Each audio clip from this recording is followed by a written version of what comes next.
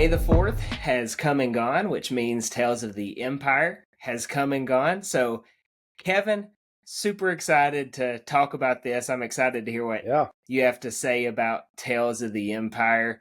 I think a lot of people have had a lot to say about it the last few days, to say the Yeah. least.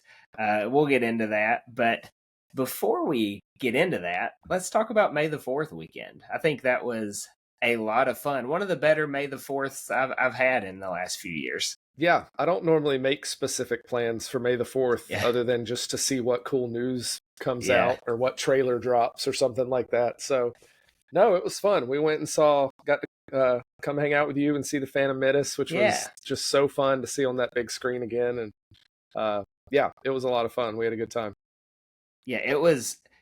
We've said it, but I hadn't seen it yet in theaters. It was the only Star Wars of my lifetime I haven't seen in theaters. And I will say, if you watched our Phantom Menace review, I was kind of harsh on the movie a long time ago. And I was mainly harsh on the movie because of Tatooine and the pod race. And I still think they're on Tatooine way too long. But I the agree. pod race, we watched it on the biggest screen we could find, surround sound, 4K, all that good stuff. The pod race was pretty awesome, I will say, when you're watching it on that versus your living room TV. It's definitely a different level of intensity. So yeah, well, you could. I don't know about you, but like the seat kind of shook a little. Not like where it was like the seats that purposefully shake, but just with the surround sound, it was kind of shaking. So that was pretty cool.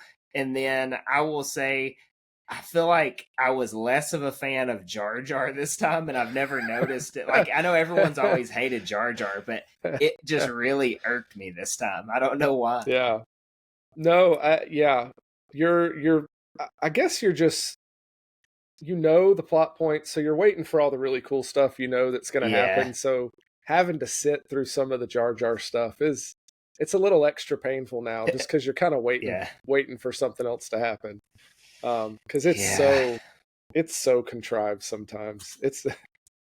It reminds you that Star Wars is, George Lucas wrote it for kids for sure. So yeah, he's like a prime example of that. Jar Jar is, but it was so much fun. Thanks for driving down, by the way, for the internet stalkers out there. You drove almost 4 hours, so people can try to pinpoint 4-hour locations. 3.5. It wasn't too bad. 3.5. You were probably speeding. Yeah, so, yeah. No, like I said, we got to leave the kids with the with the in-laws, so it was basically just like one long date weekend. So it was good. We had a good time. It was great. So that was the weekend, but also this weekend was Tales of the Empire. So I watched it, I guess Saturday night, kind of later. I watched them all, and you watched them over the next few days. So, there's a lot to say about it. Initial thoughts, I would say it was good, not great. I think that's fair. I didn't hate it. Some people really hated it, like did not like it at all. So I didn't hate it. It was good, wasn't great. I think, and we talked about this a little bit before, probably a few months ago at least. Actually, it's been a long time ago. It was in January, I guess, talking about the 2024 projects. Seems like it was a lot sooner than that. But we talked about Bad Batch, Tales of the whatever. We didn't know what it was going to be at the time.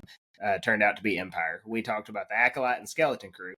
And I think unanimously we thought Tales of the Blank would be the best thing we got this year.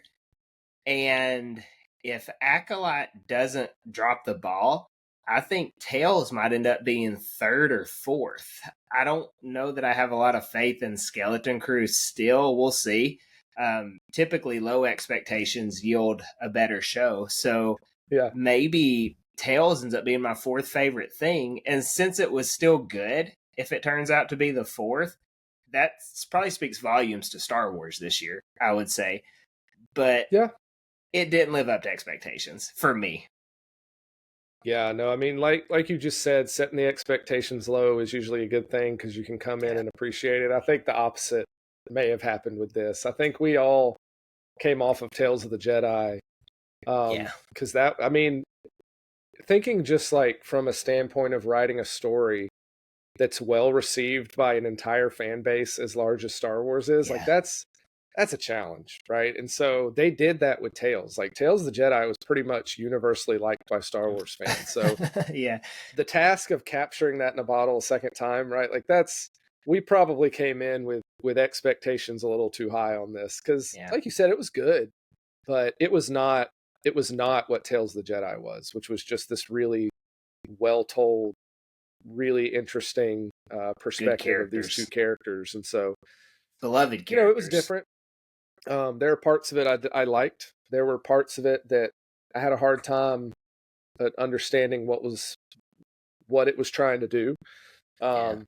But again, overall, I enjoyed it. It was not where I was sitting through it just being like, "Oh, this is miserable. I can't do this." It was Yeah. just not to the caliber that I think we had hyped it up to be because of how great Tales of the Jedi was. I think that's what ultimately was that initial letdown. As I've thought about it more, I'm okay with it. But Yeah. And I think too, so when we didn't know what it was going to be about, and we were like, oh, it's going to be about Balin and Shin, or maybe Kanan, like we had a lot of really, that's what fans do. We come up with crazy ideas and things yeah, we'd like to see, and we talk about it. And then when they said it's going to be Morgan and Barriss, we were all kind of like, okay, that's interesting. But then the trailer had Thrawn, Grievous, Vader. There was lightsaber duels. The animation looked yeah, great, and all of that was in there. But all of that didn't necessarily play as much into the stories, which you don't give the story away in the trailer, I guess. But I think the trailer was so good. It maybe yeah, even fluffed it up a little more for us for two characters that honestly the majority of fans probably didn't expect to ever get a story about or necessarily need one. Like Barriss, maybe a lot of fans wanted, or a group of fans, yeah, but it wasn't like my top five or anything like that. So I think there were a few things causing people not to like it. But had it come out on its own without Tales of the Jedi last year, maybe the reception would have been more warm. But we're kind of comparing it, so we're yeah. victims of this moment, if you will. A score, or go ahead. Oh no, I mean, I agree. I think they probably. I think we could all come up with other characters like, well, why didn't they do this? Mm-hmm. Talking about Balin and Shin, but Yeah, you got to think they had bigger plans for some of those characters, and maybe it just wasn't the right time to come back and tell smaller stories right. um, without without really being able to see more of these characters first. I don't know if that's the plan. It's hard to know, but I Yeah, I don't know that I mind too much who they picked. Going back to the Tales books that they wrote with all the extended universe stuff, a lot of those stories were about just the most random people, right? But they were set yeah. within these structures that we knew, like Tales from Jabba's palace, people you never heard of, but things Mm-hmm. going on in Jabba's palace. So some of that stuff really was the most random of individuals, but it was to give you a glimpse of just the galaxy as a whole. So I don't know if maybe that was their goal, to step away from the big Jedi characters and just kind of look at the more of the surrounding environment. But I don't know. It's hard to know. Ultimately, like you said, I don't think it paid off as well as maybe they hoped. But Yeah. um, there was still If some I interesting were, stuff. yeah, I mean, if I were scoring it, initial thoughts is like a 7.5 probably. But at the same Yeah. time, like if I say 7.5, that means like a 75 on a test. And sometimes you make a 75 on a test and you're like, whew, made it out. And other times you think like, well, maybe that's a low B. Like it was good, but could have been better. So I don't know. I'm between a 7.5 and an 8, maybe, because I think aspects of it were pretty good and aspects kind of leave you wanting. So somewhere Hmm. between 7.5 and 8 for me on this. Yeah. I think I was originally at like a 7. But again, the more I thought about it and got away from thinking of it in relationship to Tales of the Jedi and just looking at it as by itself, Its I own think thing. we'll talk about it. I think Morgan Elsbeth's story did what it was supposed to. It was Yeah. interesting. I think there's some interesting things in there that came of it. And Barriss's story, I thought, had some really interesting elements to it. I wish some things in her story were fleshed out a little bit better, but Yeah. still, like I Time constraints. I enjoyed the stories, and so at the end of the Yeah. day, I kind of in my head bumped it up to an 8 just because it was interesting. It was fun. There were some minor frustrations, but nothing to where I'm like, oh, I can't watch Star Wars. This ruined it, right? Like, I mean, Yeah. it's nothing that dramatic. So It's not Luke Skywalker throwing the lightsaber or yeah, stuff like no, that. So it's yeah, yeah, let's break down each story. I think it'll be easier to do it that way. So yeah, we'll just go kind of in the order that they went. We'll start with Morgan's story.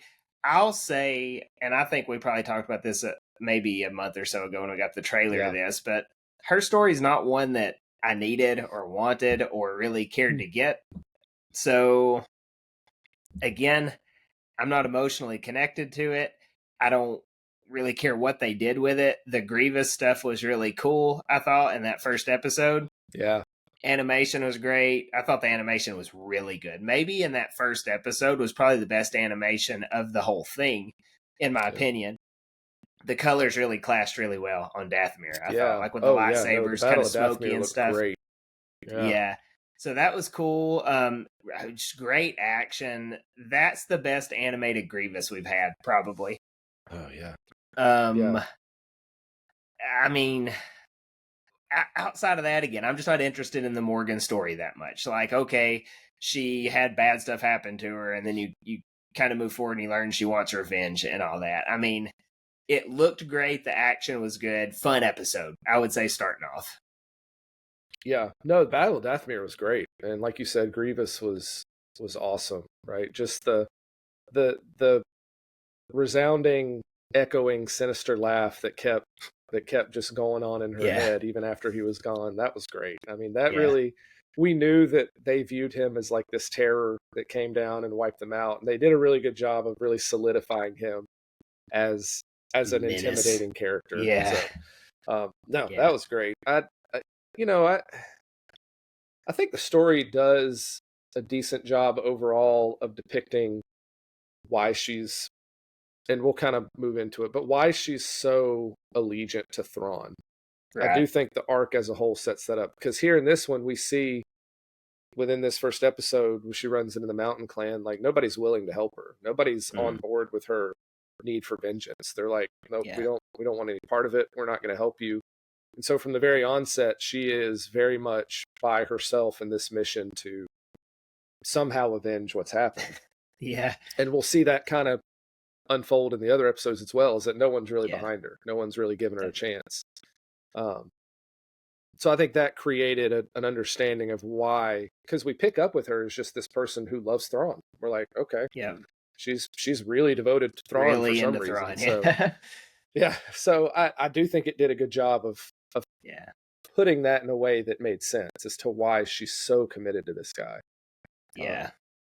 But I thought the second episode, I mean, even though you do kind of pick up on the motives there, I thought it was maybe the most boring of the three. But again, it's just not something I was super interested in. So Pelion's in it, right? So you get him. That's a tie-in to the old books and stuff. So that was cool. You see Thrawn, obviously, and Thrawn was very in character, trying to figure out what's driving people so he can make his next moves. And so all that was pretty in character.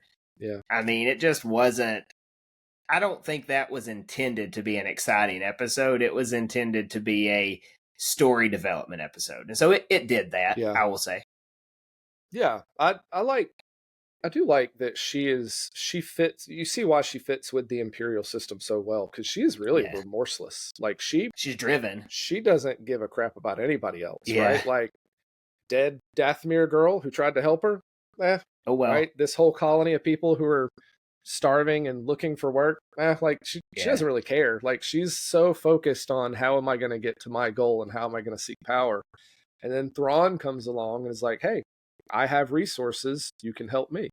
And so Thrawn becomes that first person who gives her that stepping stone to what she's been seeking. Warlord, right? That's her her title or whatever. From there on, you got to imagine that she views Thrawn as the only person who's ever given her this opportunity to pursue this path of vengeance that has consumed her, essentially, right? Like he gets that out of her. It's like, no, this isn't real. Like, why are you really doing this?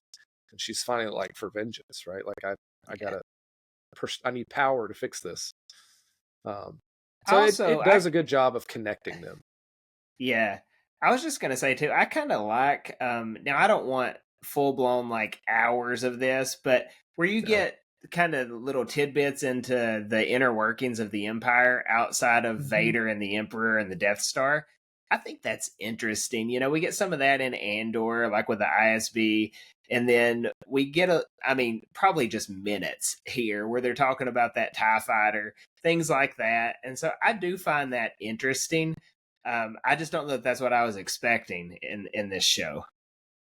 Yeah, and I think the Star Wars audience is going to have to, and the people who are making these tale shows, right? They're going to have to kind of Yeah, decide what the focus is going to be, because we've had two very, very different kind of anthologies, right? Like Tales of the yeah, Jedi was focused on these very critical characters at very critical points in their life that yeah. had very critical consequences, right? Showing how we And got to a certain point. yeah, but with Empire, Yeah, they really focus more to just an overview of how these people fit into the yeah, system and how it put them where they were, which again is there's value in telling stories like that, but are mhm, people going to gravitate towards that, right? Like I don't mind it. yeah, I like seeing story. Now I had issues with some of these stories that were told, but I don't mind yeah, stepping away from some of our big main characters to just look at some other parts of the galaxy where it's not the big story points. Like yeah. I don't have any issues with that, and I enjoy that sometimes. But Right, finding out how they're going to bridge that, because I do think people were expecting something different after Tales of the Jedi, right. and this was just Well, much slower, a lot less action, a lot less critical yeah. to bigger story The points. story, yeah. Yeah. So So far, less critical, I yeah, guess. Maybe, like, I guess in the third episode, really, it sets her up to where she's going to be in The Mandalorian when she shows up yeah, briefly with connects with that that. Ahsoka episode. So I do like exploring that New Republic time frame. I'm a fan of Yeah. that because we do have so little there, and you kind of see her like she's pretty not likable. Like, hey, the work's going to be No. hard. You're going to work all day. That was in the third episode, right? But know that Mm-hmm. you're going to right the wrongs or whatever, or so, you Yeah. know, essentially helping the new empire is what it was going to be. Yeah. I think that was the third episode, if I'm not running all that I together. think so. But yeah, she was a warlord there, and you've got that guy that's in the Mandalorian. Um, they take out the New Republic woman that shows up to help, so it's kind of like a Mm-hmm. little bit of ruthlessness there, and it sets you up. So I'm okay with that if you wanted to. And I haven't done this yet, but if you wanted to watch that one episode and then go maybe watch that Ahsoka episode, Yeah. maybe that would be cool. I don't know, or not Ahsoka, but Mandalorian episode. I haven't Yeah. done that yet though, and honestly, I probably won't do it. But Yeah. maybe that's a thing. I don't know. But the Morgan story was fine. It's not a story we wanted, probably not a story we needed. But maybe in 2 years after we've seen the next season of Ahsoka and we see what Thrawn's up to on Dathomir, maybe some of it does help out. I don't know. I mean, I hate to have There to be like, hey, give it 2 years and see if it ages well, but maybe it does. I don't know. Well, but yeah, oddly enough, like outside of Morgan's story, there were some really interesting things that came up in this arc Yeah. that point to things down the road, like the Mm-hmm. fact that there's this mountain clan, right? Yep. That there's this other group of witches who have intentionally stayed out of things and have Yeah. probably survived. They're probably Um, there. Yeah. and that's it, and it'll be interesting to see what that dynamic is, because back in the legend stuff, they were called the Singing Mountain Clan. This is Mm-hmm. back. So if you've ever read, it was the Courtship of Princess Leia. I Han have not read Solo that. essentially kidnaps Princess Leia because she's supposed to marry. Courtship. He's supposed to marry this guy who's the prince of the Hapes Consortium, which Oh, has not made it to canon yet. canon. Yeah. But they go to Bummer. Dathomir, and they Yeah. run into these two groups where the Night Sisters were actually a offshoot of the Singing Mountain Clan. Some girl Okay. tried to kill her mom. It's a whole story. Anyway, but I think it's interesting that they exist Yeah. now, right? Like we kind of Yeah. had this idea that the Night Sisters were wiped out, and as far as Dathomir goes, there were just a few Wasteland. surviving Night Yeah. Witches. But Yeah. here's this whole other group that's managed to stay out of things, and so with Right. Thrawn coming back to Dathomir, are they going to play a part? Like, are they going to be His minions or opposed to whatever something. these great mothers are coming back to do? Oh, that's true. Maybe they're like an opposition group. And that was another thing that I thought was interesting, is we learned that Night Sister magic is not persistent, right? Like the people that are doing it are gone, it fades. So she makes that comment of, the magic's faded because your sisters are gone. So Thrawn is going to be reliant on whatever it is these great mothers are going to do. Great mothers. And if they're no longer in the picture, he loses whatever they're doing. So I think that creates an interesting dynamic. So there were things that came out of this episode that I was like, oh, that's interesting. They just didn't have anything to do with Morgan. So yeah, that could. Dave would totally just sprinkle something like that in, and then I like that I remember that now. I like that they've closely connected Paleon to Thrawn, kind of where he was alongside him in the novels. We know that he was kind of waiting for him in that Shadow Council, but beyond that, he's in the Mandalorian, right? Yeah, but we hadn't seen that he was closely tied to him previously, which we now know. So I wonder if we'll see him pop up as well in the next whatever Thrawn pops up in. So regardless of what you think about this, I feel like this story is probably gonna throw more into the web that they're weaving maybe than the Barriss story does. Even though the Barriss story was probably a little more interesting, there may be more in the Mandoverse that ties directly back to this Morgan Elsbeth story, which might make it age better once we see it all. So I'm cool with that. Yeah, I think that's fair. So let's go. I don't have much left to say about Morgan Elsbeth. I mean, it is what it is. But the Barriss one, there's like some people are really, really like okay with it, or really not okay with it. So Barriss, the Clone Wars fans really wanted like a really good arc out of this, and so the Clone Wars fans that are really passionate about this, some loved it, some hated it, I guess, but I thought the first episode was so good. I thought the action in it was good. I liked how they had to explain to her what was going on, because it was just right after Order 66, right after Revenge of the Sith. And you pick up with the fact that the Inquisitors were kind of initiated very quickly after episode 3. And we don't know exactly how far, I guess, right? But they kind of make it seem like it was pretty close. So, really quick turnaround, which makes sense because there were still Jedi out there. So they had to get a few folks who were willing to turn bad pretty quick. And you see them building, is it Fortress Inquisitoris? Is that what it's called, or something like that? Not quite to its glory yet. Yeah. So you got that going. You see how they're deciding who's going to be an Inquisitor in that little arena type thing. It was almost like Fallen Order when you fight the guy on Dathomir. It's kind of similar to that. Yeah. That level where you fight the crazy guy. Oh, yeah. It was Malak. I don't remember his name. I can't remember his name. But it was kind of that idea, right? Like there's a hole there and it's a platform. So I thought that was pretty cool. And she does the force choke. That I wasn't expecting that. So you see her being pretty bad. Listen, I think one of the big themes, I like Barriss' story. I think it's missing a critical piece that we'll talk about in the next episode. Because there's something missing, I feel like, that could tie her story together really well. But one of the things I think that's really important about her is that makes this story make sense to me is that she is a massive hypocrite. She has these feelings about the Jedi and about the way they do things and how they say one thing in their code, but they're not enacting it in what they're doing, right? That with the Clone Wars, that they've made them to be killers essentially instead of protectors of the peace. Oddly enough, that forces her to kill innocent people. And then here we see, she's willing to do some pretty bad things to survive, right? Like she's willing to kill this guy that she knows in a pretty brutal way. In a very Sith way, right? Cracking, And that's the Sith thing. You do whatever you can for power, right? She's seeking power right now. She wants to be a part of this thing. She maybe doesn't have a ton of choice, but either way, she's not actually living by what she got so upset about, right? This idea of peace and helping others. And I think that that's really important to where the story goes. But again, in that second episode, I feel like it's just missing something. Yeah. Well, in the first episode, there's not too much to it past her just, making her way in. But kills that a lot of people gets were mad that Vader was just kind of in passing. essentially what you saw in the trailer is what you got. There wasn't too much of it.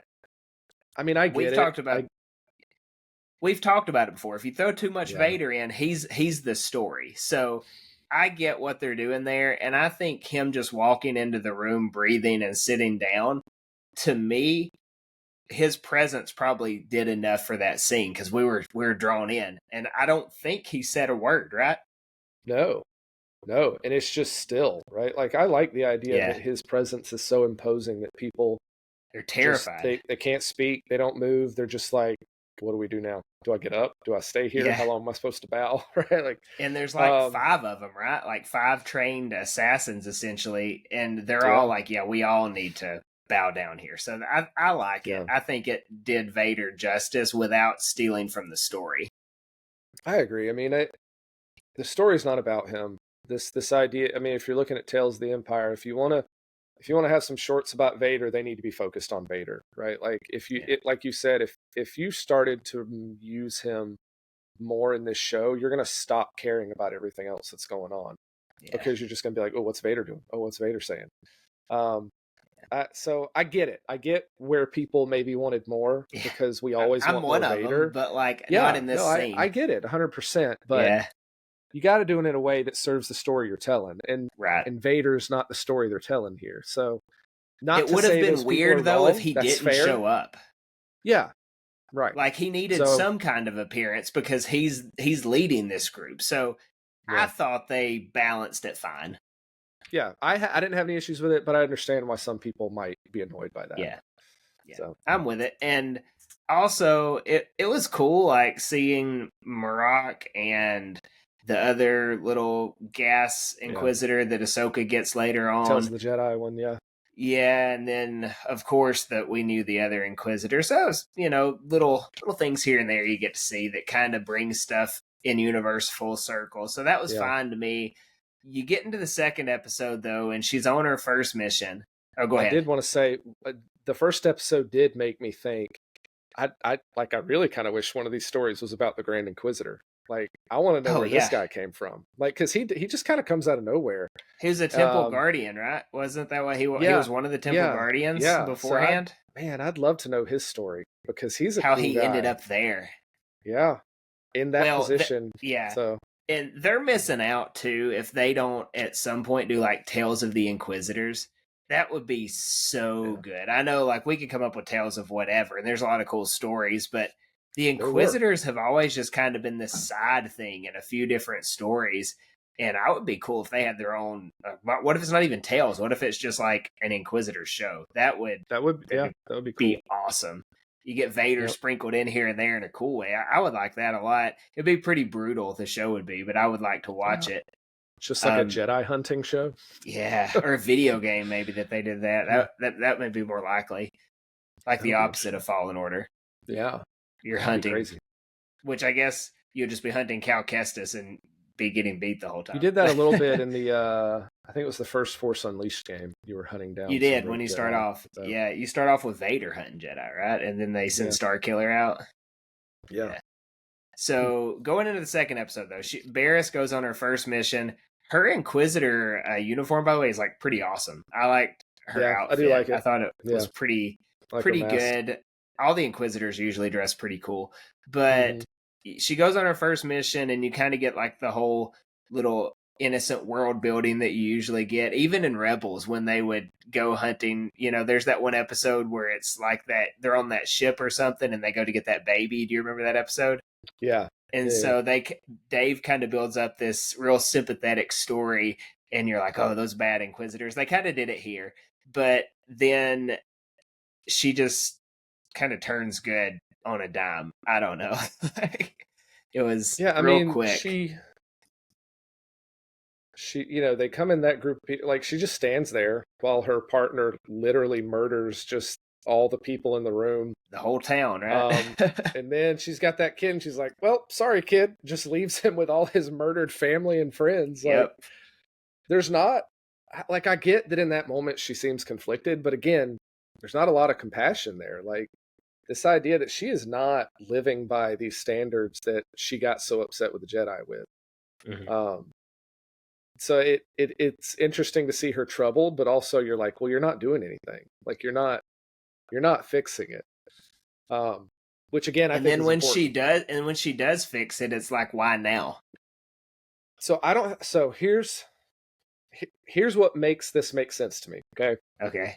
So I think I hope that maybe in her head during that fight with that Jedi, Yeah. like she comes to the realization that what she's doing is wrong, right? Like she's trying to talk down this Jedi, and that maybe she realizes that she is as much of a hypocrite as the Jedi were. That maybe she's no Yeah. different. Like I'm having to construct all this in my head because they don't give it to me. Um, Yeah. Because you only like but 12 minutes of show. what makes this feel right for me is the idea that she Yeah. could have realized, you know what? I'm just as hypocritical right now as the Jedi Order was. So maybe the issue wasn't the Jedi Order, maybe it was just the people who were in charge. Yeah. Now, it's a little weird that she's like, I don't like the Sith, so I guess my only option is to say I'm a Jedi now, right? I don't see why she had to say, well, now I'm a Right, Jedi there's again. one more. She's like, now you got Ahsoka one more left, to deal with. she Yeah. didn't have to be a Jedi, right? Like, so the fact that she immediately went back to Jedi after talking, literally just telling this guy about how the Jedi were awful and Yeah. the fugitive person. I don't even know. We don't have a name for the fugitive person. Yeah, we don't. We just know the fugitive. But she's telling the fugitive like the Jedi, it's their fault, it's their hubris, and then 30 seconds later, she's like, "I'm a Jedi." I'm a Jedi. This is where the show fell apart a little bit for me. I was like, that doesn't make sense. Like you could insert a meaningful reason why she comes to her senses, why she realizes maybe the issue is the council and not the entire Jedi as a whole. And I just feel like this is where they missed. Instead, she just pushes the girl off a mountain and she lives good again. Yeah. Well, I don't. It takes a lot to kill people nowadays. Man, it takes a lot. So again, the second episode of each of these stories was the weakest for me.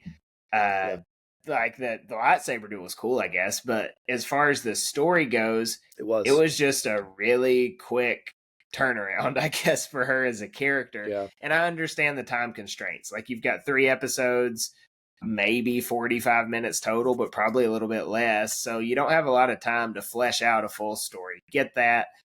But I guess I just had hopes that she might stay bad and for once maybe a character stick to it. Because I don't know, a lot of people are all, like Reva turns good. We Lynn ends up turning good. Barriss turns good. Yeah. And Kenobi almost have like the benevolent Grand Inquisitor. You know how he is in Kenobi. Like, hey, don't do that, Reva. Stuff like that. I don't know. I just think it should be a lot harder for people to turn good as quickly as they do, because it took a lot for Vader to turn good.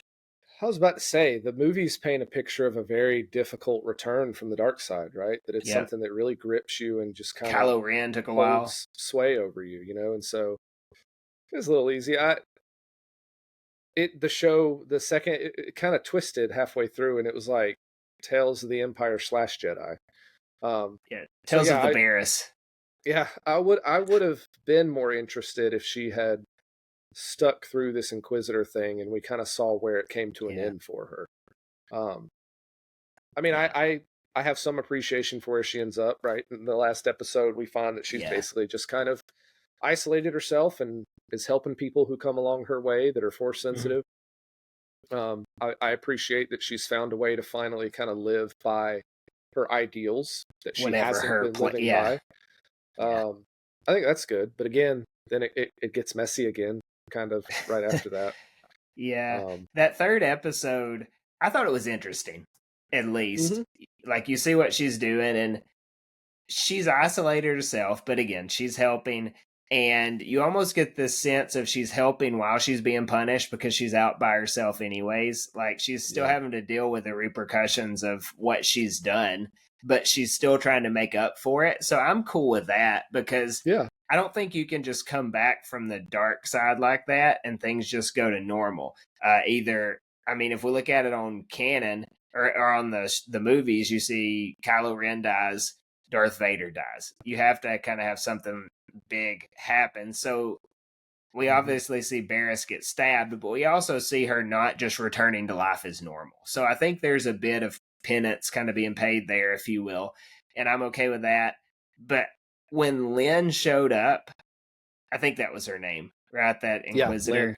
So I don't know about you, but I was thinking Vader has found her. And I thought they were going to wrap it up like him coming to that would say, cool. like, you ran away or something. That would have been a really cool ending. Maybe you get kind of my wish list of him getting revenge for Ahsoka there. And she has to kind of, face the music for what she's done. That would have been a really good ending for me. That's not the direction they went, though. I agree.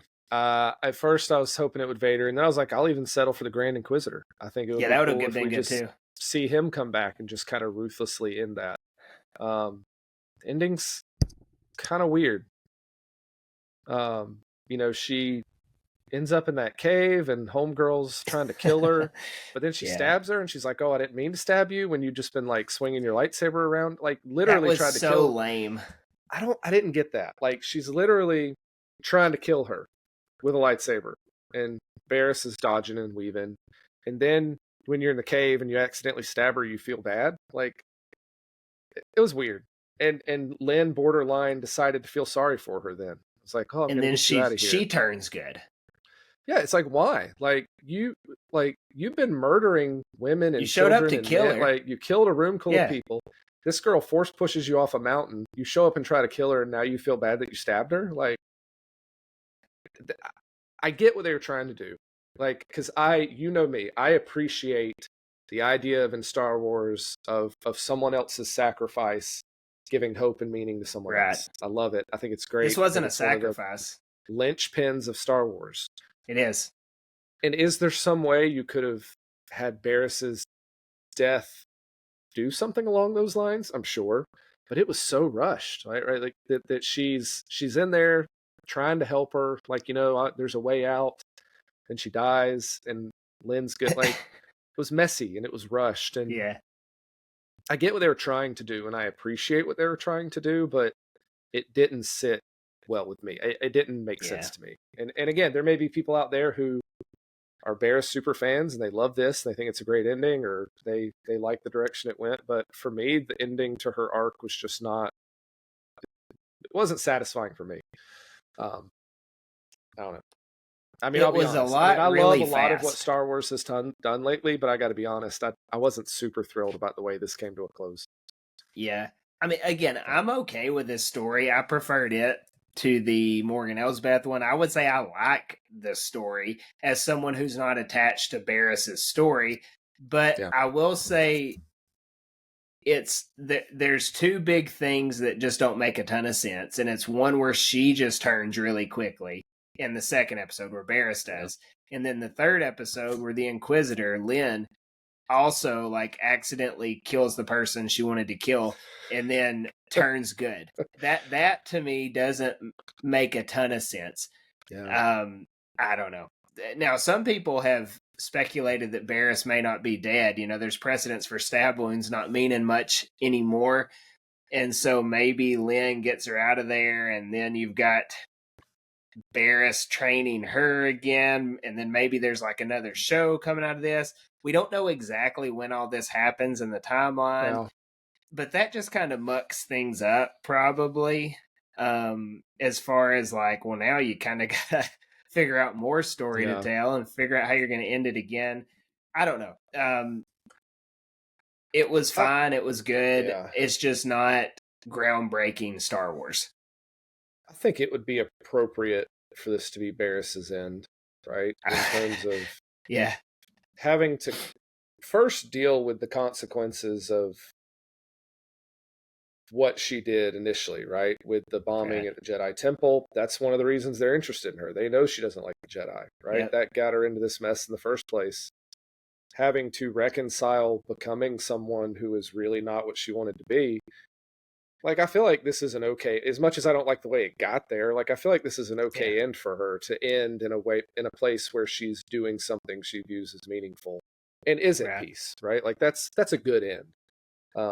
and it's kind of the best ending you can ask for characters, is to find a place of redemption, and that's where their final moments are.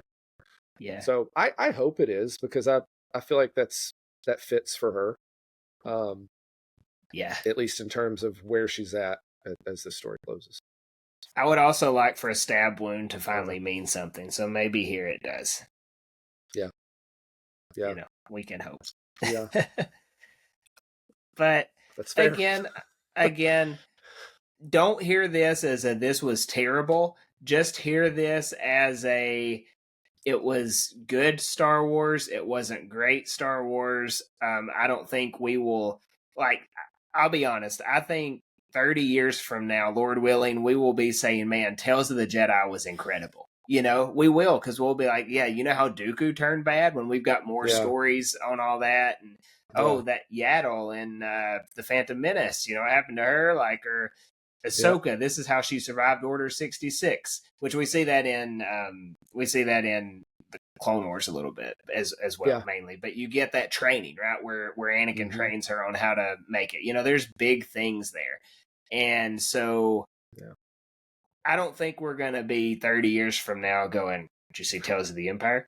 So that's probably going to be the situation that this little mini whatever finds itself in. But at the same time, if this is the worst Star Wars we get this year, it's a really good year, I would say. And I think, too, if it just becomes a part of a larger, maybe, series of these tales, right? To where maybe in 20 years we look back on it and look at the Tales series as like, man, there's 15 of these. It's a really good big picture of this galaxy, of the things that just happen, random stories here and there. Maybe it becomes, you know, a bigger part of that whole. But right now, when all you have to compare it to is Tales of the Jedi, it's certainly in second place. So, and we just a week ago hopped off the Bad Batch, so which was great. It was incredible. And going back to what you were talking about, I think, you know, we were excited for the Bad Batch, but I think we had it down at like number 3.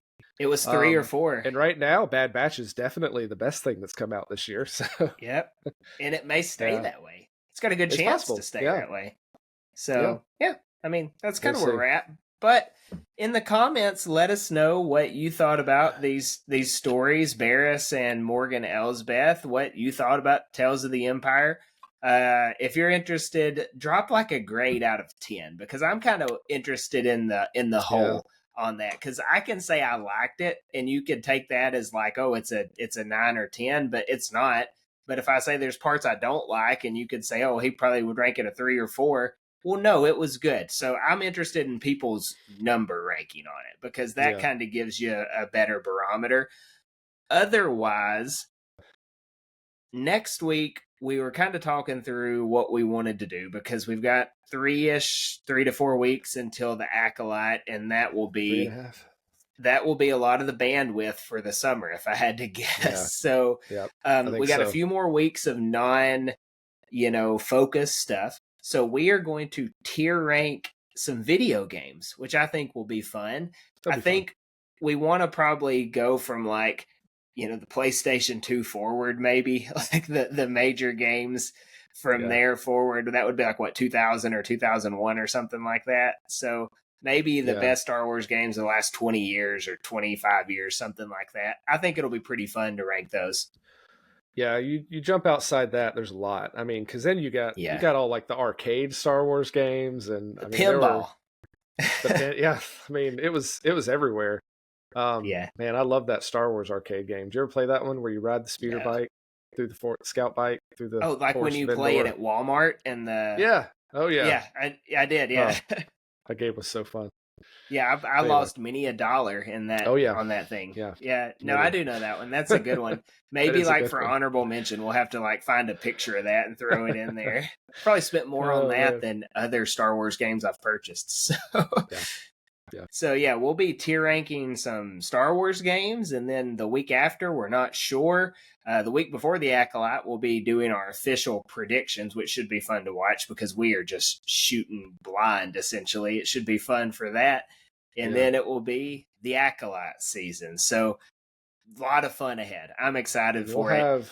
We'll have a big premiere for that too. I mean, 2 hours is going to be a lot of content, so it's going to we'll have a lot to talk reacting about. To it. Yeah. Got to do it for the content though, so I'll be reacting to it. But it'll be fun. So thank you guys for watching. As always, don't forget to leave a comment on what you thought about Tales of the Empire, and we will see you next week for tier ranking the video games. We'll catch you next time.